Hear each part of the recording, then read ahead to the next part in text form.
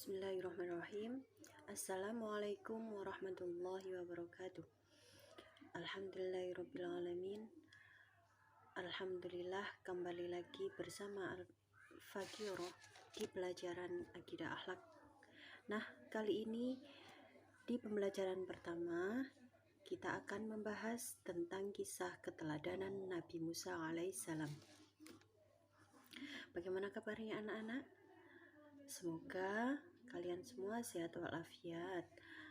Sebelum kita mulai pembelajaran pada pagi ini, alangkah baiknya kita mulai berdoa terlebih dahulu dengan membaca suratul Fatihah, dengan harapan kita mendapatkan barokah ilmu yang manfaat dan barokah fiddini wa dunya wal akhirah. Ala hadiniyah wa ala kulli niyatin sholihah. Al-Fatihah. A'udzu billahi minasyaitonir rajim. Bismillahirrahmanirrahim. Alhamdulillahirabbil alamin. Arrahmanir rahim. Maliki yaumiddin. Iyyaka na'budu wa iyyaka nasta'in. Ihdinas siratal mustaqim. Siratal ladzina an'amta 'alaihim ghairil maghdubi 'alaihim waladdallin. Amin. Baik, kita akan mulai pembelajaran Akidah Akhlak kali ini. Nama saya Minatur Rahmania, alamat Bujangro, Kalitengah, Lamongan, yang akan memberikan materi pembelajaran di MTS Putra Putri Simo. Pelajaran kita kali ini Akidah Akhlak kelas 8 semester 1, bab 6, kisah keteladanan Nabi Musa alaihissalam, dengan kompetensi dasar 3.6, menganalisis keteladanan Nabi Musa alaihissalam. Kompetensi dasar 4.6, mengomunikasikan hasil analisis sifat keteladanan Nabi Musa alaihissalam. Baik, yang pertama yaitu sejarah kehidupan Nabi Musa alaihissalam. Bisa dilihat di gambar pojok kanan, yakni di situ menjelaskan tentang cara Allah menyelamatkan bayi Nabi Musa alaihissalam dari kekejaman Fir'aun. Nabi Musa merupakan seorang nabi yang terlahir di zaman pemerintahan Raja Fir'aun yang zalim. Pada zaman itu Raja Fir'aun terkenal dengan raja yang takabur, zalim, dan menganggap dirinya sebagai seorang Tuhan. Suatu malam, Fir'aun bermimpi negeri Mesir habis terbakar dan tak tersisa, yang tersisa hanyalah kaum Bani Israel saja. Fir'aun pun menanyakan kepada para ahli nujum mengenai arti mimpi tersebut. Kemudian para ahli nujum memberitahu bahwa akan ada seorang anak laki-laki Bani Israel yang akan menumbangkan kekuasaan Fir'aun sebagai raja. Mendengar hal tersebut, Fir'aun kemudian memerintahkan pasukannya untuk membunuh semua bayi laki-laki yang baru lahir di negeri Mesir. Hal tersebut bertujuan untuk menghindari mimpinya menjadi kenyataan. Hal tersebut didengar oleh ibunda Nabi Musa alaihissalam yang saat itu tengah mengandung Musa. Ia merasa sangat khawatir jika kelak bayinya terlahir sebagai laki-laki dan anaknya dibunuh oleh para pasukan Fir'aun. Kemudian, saat Nabi Musa lahir, Allah memberikan ilham kepada ibunda Musa agar menghanyutkan Musa di sungai. Allah memberi ilham tersebut sebagaimana disebutkan dalam Al-Quran surat Al-Qasas ayat 7 yang artinya, dan kami ilhamkan kepada ibu Musa, susuilah dia, dan apabila kamu khawatir terhadapnya, maka jatuhkanlah ke sungai, yakni sungai Nil. Dan janganlah kamu khawatir dan janganlah pula bersedih hati, karena sesungguhnya kami akan mengembalikannya kepadamu dan menjadikannya salah seorang daripada Rasul. Quran surat Al-Qasas ayat 7. Saat melihat bayi Musa, istri Fir'aun yang bernama Siti Asyah rupanya merasa sangat gembira dan membawa bayi Musa ke istana. Di sana Asyah memohon kepada Fir'aun agar mereka mengangkat Musa sebagai anak angkat mereka. Dan pada akhirnya Musa diangkat anak angkat oleh Fir'aun dan Siti Aisyah. Sejarah selanjutnya yaitu sejarah Nabi Musa Di sini bisa dilihat ada beberapa gambar tentang patung, kitab Taurat, dan gambar Nabi Isa yang berada di Bukit Sina. Nabi Musa lahir di Mesir pada tahun 1527 sebelum Masehi pada pemerintahan Merneptah. Sedangkan pendapat lain mengatakan Rames Akbar atau Tutmosis atau Fir'aun. Musa adalah seorang pemimpin dan nabi orang Israel dan memiliki tugas membawa Bani Israel keluar dari Mesir. Nama beliau disebutkan sebanyak 136 kali di dalam Al-Quran. Nama ayah Nabi Musa yaitu Musa bin Imran bin Fahis bin Azir bin Lawi bin Ya'qub bin Ishak bin Ibrahim bin Azara bin Nahur bin Suruj bin Ra'u bin Falij bin Abir bin Shalih bin Arfah Sad bin Syam bin Nuh. Sedangkan nama ibunda Nabi Musa yaitu memiliki nama Yukabat. Pendapat lain mengatakan namanya adalah Yohanes Bilzal. Nabi Musa menikah dengan putri Syu'ab yaitu Syafurah atau Safrawa atau Safora atau Zepoporah. Dan menikah dengan Safora tersebut memiliki keturunan yang berjumlah 4 orang.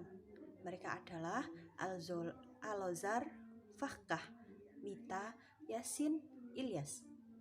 Dalam kisah Nabi Muhammad saat perjalanan menuju ke Sidratul Muntaha dan sampai ke langit Al-Khalisah, yakni langit ke-6, beliau Nabi Muhammad melihat Nabi Musa ini memiliki postur yang tinggi dan kekar, berambut lebat, berjenggot putih dan panjang hingga menutupi dadanya sembari memegang tongkat. Yang kedua, yakni contoh perilaku akhlakul karimah Nabi Musa alaihissalam. Yang pertama, Musa memakan bara api.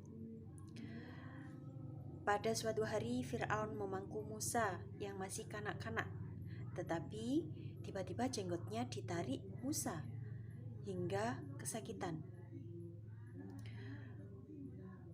Lalu berkata, "Wahai istriku, mungkin anak inilah yang akan menjatuhkan kekuasaanku." Istrinya berkata, "Sabarlah, dia masih anak-anak, belum berakal dan belum mengetahui apapun." Karena Fir'aun tidak percaya, akhirnya dia menguji Fir'aun dengan sajian roti dan bara api. Diceritakan dalam hadis bahwa sebenarnya Musa berniat mengambil roti, akan tetapi oleh malaikat dialihkanlah sehingga tangannya memegang bara api, kemudian memakannya. Sejak itulah menjadi cadal dan selamat dari ancaman Fir'aun. Contoh akhlakul karimah Nabi Musa alaihissalam yang kedua yaitu Musa bermunajat di Bukit Sina. Selepas keluar dari Mesir, Nabi Musa bersama sebagian pengikutnya dari kalangan Bani Israel menuju ke Bukit Sina untuk mendapatkan kitab panduan dari Allah. Namun sebelum itu Musa disyaratkan berpuasa selama 30 hari di bulan Zulqa'dah. Ketika mau bermunajat, dia merasa bau mulutnya kurang menyenangkan. Ia menggosok gigi dan mengunyah daun kayu atau siwakan. Lalu perbuatannya ditegur oleh malaikat dan dia diwajibkan berpuasa selama 10 hari lagi. Sehingga dengan itu puasa Nabi Musa genap menjadi 40 hari. Dan sewaktu bermunajat, Musa berkata, "Ya Tuhanku, tampakkanlah zat-Mu kepadaku, supaya aku dapat melihat-Mu." Allah berfirman, "Engkau tidak akan sanggup melihatku, tetapi coba lihat bukit itu. Jika ia telah tetap berdiri tegak di tempatnya seperti sedia kala, maka niscaya engkau dapat melihatku." Musa terus memandang ke arah bukit yang dimaksud. Kemudian Dan dengan tiba-tiba bukit itu hancur hingga masuk ke perut bumi tanpa meninggalkan bekas. Dan Nabi Musa terperanjat dan gemetar seluruh tubuhnya lalu pingsan. Dari kisah ini bisa dilihat di gambar atas dan di gambar sebelah kiri. Yang ketiga, tentang keteladanan Nabi Musa, yaitu meneladani sifat-sifat Nabi Musa alaihissalam. Adapun beberapa sikap yang perlu diteladani sebagai berikut. A. Nabi Musa adalah seorang yang pemberani dalam menyampaikan kebenaran.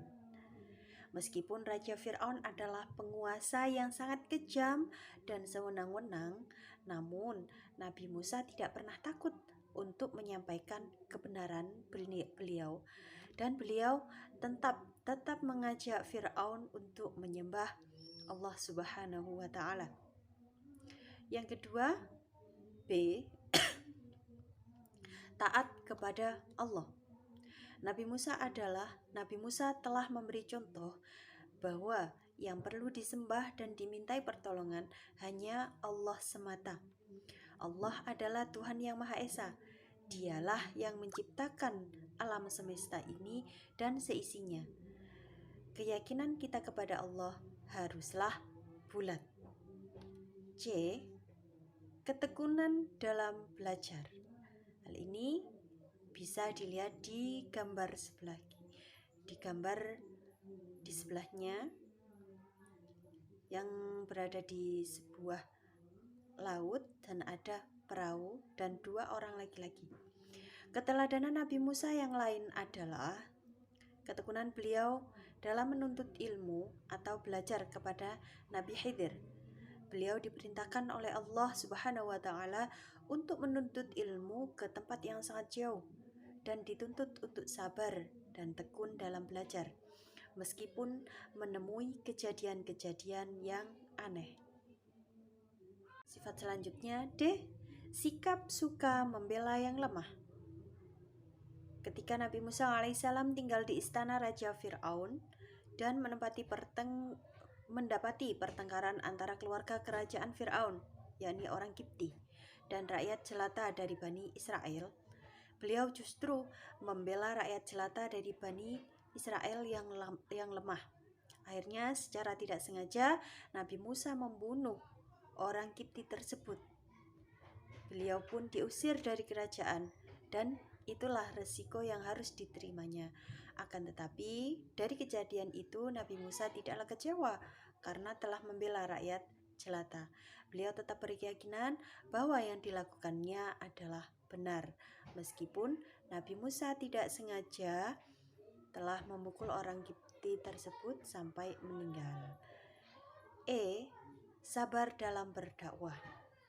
Allah mengutus Nabi Musa untuk mengajak penguasa agar bertindak lurus, politisi agar menjadi baik, dan orang kaya agar menjadi pemilik harta yang baik. Akan tetapi, ajakan Nabi Musa ditolak. Bahkan mereka menuduh bahwa Musa ialah seorang penyihir dan pembohong. Padahal Nabi Musa datang kepada mereka membawa ayat-ayat Allah. Nah, demikian tadi termasuk sifat-sifat keteladanan, sifat-sifat yang meneladani Nabi Musa alaihissalam. Dan di antara sifat terpuji Nabi Musa yaitu memiliki sifat sabar dan teguh, pemberani, berempati, senantiasa berdoa dan bijaksana.